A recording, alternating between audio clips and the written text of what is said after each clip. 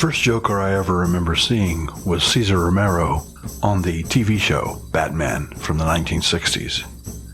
Since then, I've seen all kinds of Jokers. Most recently, we've had Heath Ledger doing a fantastic job, and also Joaquin Phoenix in his version of the Joker.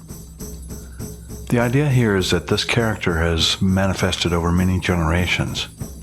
And one of the interesting things about it is that there are certain actors who could pull this part off, and certain actors who couldn't.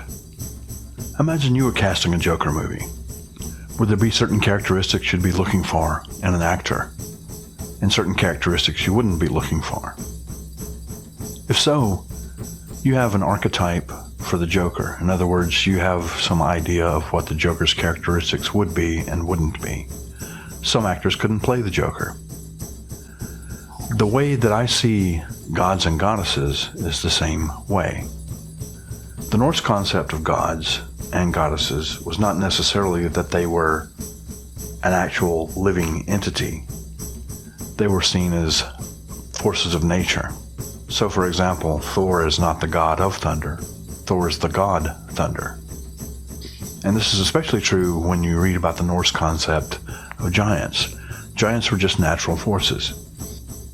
So, for example, when Thor is challenged by Utgarda Loki to a contest, Thor wrestles with Ellie, the giant, who is supposedly Utgarda Loki's grandmother.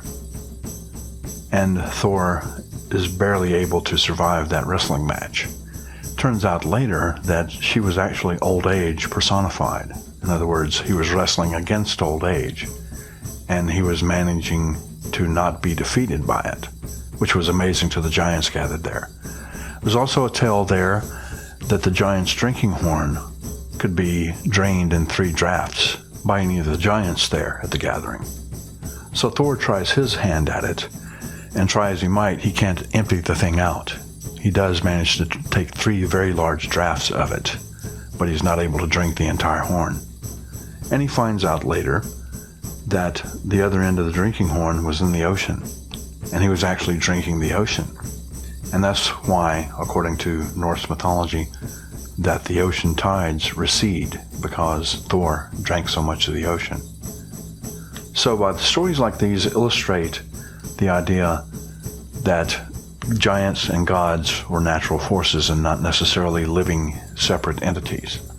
Now, that doesn't mean that some people probably did believe that they were living separate entities. Some people believe they were forces of nature.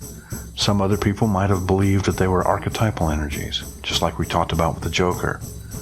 The point being that you don't have to believe in an actual entity named Odin or an actual entity named Thor, as long as you believe in the energy that that idea encompasses. And the same thing is true of Celtic gods like Tyrannus. Tyrannus is the Celtic god of thunder. Blood-Eye-With was made of flowers.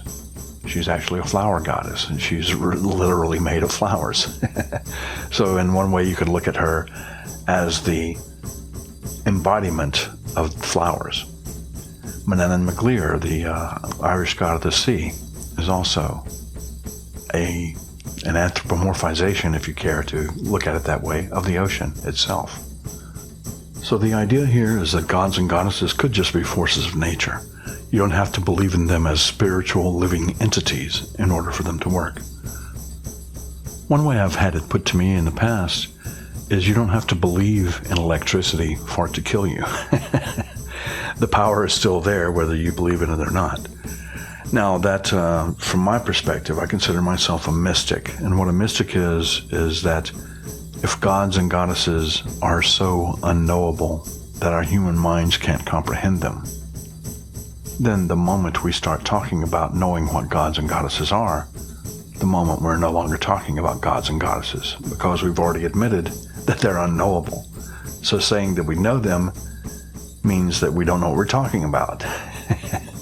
So, the idea behind gods and goddesses as archetypes or energies is that you don't have to believe in them in order for them to work. As long as you understand and trust the archetypal energies that they contain. So what does that look like in a practical day-to-day experience? I follow the way of the berserker. One of the things about the berserkers, there were three primary animals that they emulated, some say shape-shifted into, and that was bear, wolf, and boar. Now, I personally don't believe that, say for example, a berserker just shifted into a bear, changed shape. I believe that they called the archetypal energy of the bear into them to become as ferocious as the bear, so that when they were in combat, they were fearless and as ferocious and strong as a bear. So in order to do that, you first have to have a concept of what the archetypal bear energy is. You can imagine that for yourself if you just close your eyes for a moment and imagine what sort of energy would I be bringing into myself if I was a bear. And when you understand that, you understand the bear archetype, and you can use that energy. I see gods and goddesses as the same.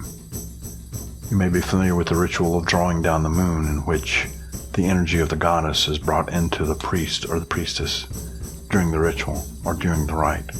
That's that archetypal energy of the moon goddess that we're talking about.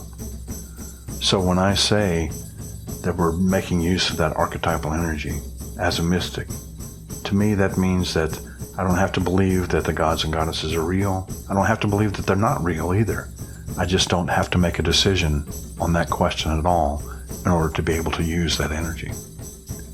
The way I see it, as if the gods and goddesses are real energies and real entities, and they want something from me, they'll let me know in their own time and in their own way. So that's how I see the gods and goddesses. If you agree, or if you disagree, please leave a comment below and let me know what you think. Also, if you haven't already subscribed, please feel free to click on the subscribe button at the end of the video.